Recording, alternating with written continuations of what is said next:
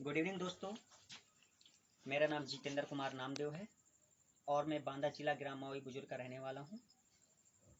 मैं एक आर्टिस्ट हूँ जो कि singing, dancing, acting, comedy, film script writers और मेरी क्वालिफिकेशन एमए है विद पोर्टल साइंस है। मैंने पंडित जैन डिग्री कॉलेज से एमए किया हुआ है और प्रेजेंटेशन में मैं कॉल सेंटर पर जॉब करता हूँ।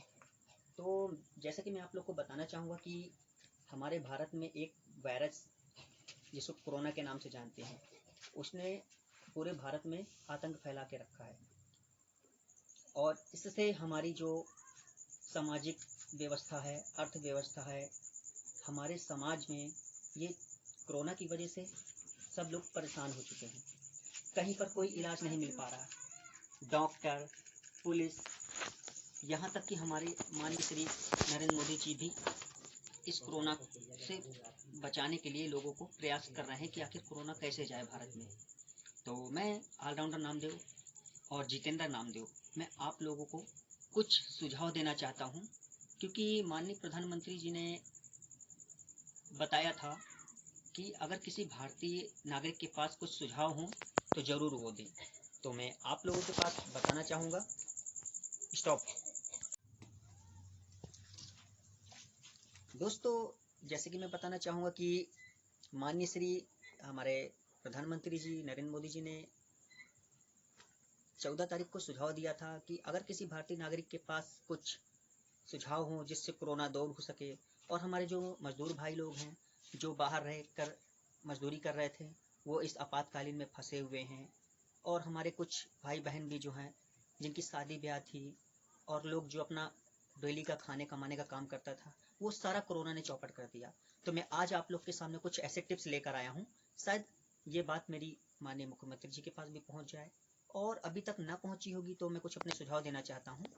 तो नंबर 1 हम शुरुआत करना चाहते हैं कि सबसे पहले गवर्नमेंट को ये करना चाहिए कि पूरे सीएमओ को आदेश देना चाहिए कि जहाँ भी कोरोना के पॉजिटिव मरीज हैं, उनको सर्वप्रथम उनको लाकर अस्पताल में एडमिट कराना चाहिए, और एडमिट कराने के बाद उनका ट्रीटमेंट भी होना चाहिए, और उनको ये प्रयास करना चाहिए कि प्रत्येक सीएमओ को अपने डीएमओ को आदेश देना चाहिए कि वो जो है शहर के विद्यालयों में सभी कस्बे वासियों को, सभी ग्रामीण वासियों को क्रम बाय क्रम सोशल डिस्टेंशन बनाकर बुलाना चाहिए उनको, और उनका कोरोना टेस्ट कराना चाहिए। प्रत्येक बंदे का जब कोरोना टेस्ट होगा तो जो का रिपोर्ट पॉजिटिव आएगी वो हॉस्पिटल में रहेगा, और जिसकी रिपोर्ट निगेटिव आएगी वो अपने घर में रहेगा। इस तरह क्रम बाय क्रम कोरोना की मरीज की एक लिस्ट तैयार होगी। तो हमारे भारत में जो भी कोरोना फैला हुआ है ना, उसमें हमें आंकड़ा लग जाएगा कि हमारे जो है कितने पेशेंट कोरोना के हैं और कितने नहीं हैं। इसके बाद मैं आपको बताना चाहूँगा कि दूसरा पॉइंट मैं आपको बताना चाहूँगा कि फिर इसके बाद हमारे जो माननीय मुख्यमंत्री जी है ना, उनको ये करना चाहिए कि जिस जिले में एक भी कोरोना पेशेंट नहीं है, जिस राज्य में एक भी कोरोना पेशेंट नहीं है, उस राज्य का लॉकडाउन खोल देना चाहिए।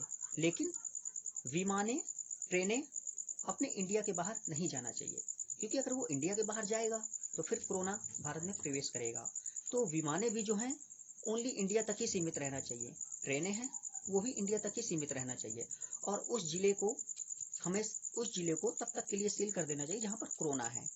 और इसके बाद जो है हम आपको दूसरी चीज़ बताना चाहेंगे कि जितने भी हमारे मजदूर भाई हैं वो जहाँ भी हैं सुरक्षित रहें, मास्क लगाएं, कोशिश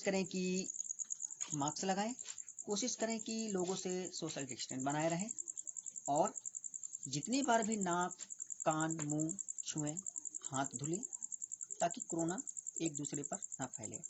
अब हम आपको बताना चाहेंगे तीसरी चीज़ मैं आपको ये बताना चाहूँगा कि कोई भी कोरोना पॉजिटिव पेशेंट वो घबराए नहीं, परेशान नहीं हो, क्योंकि जिसका विकास होता है उसका सर्वनाश होता है, और जिसका सर्वनाश होता है उसके बाद ही विकास होता है। वो आराम से जो है कोरोना से ना घबराएं और अपनी जो है दयनीय स्थिति को बनाए रखें।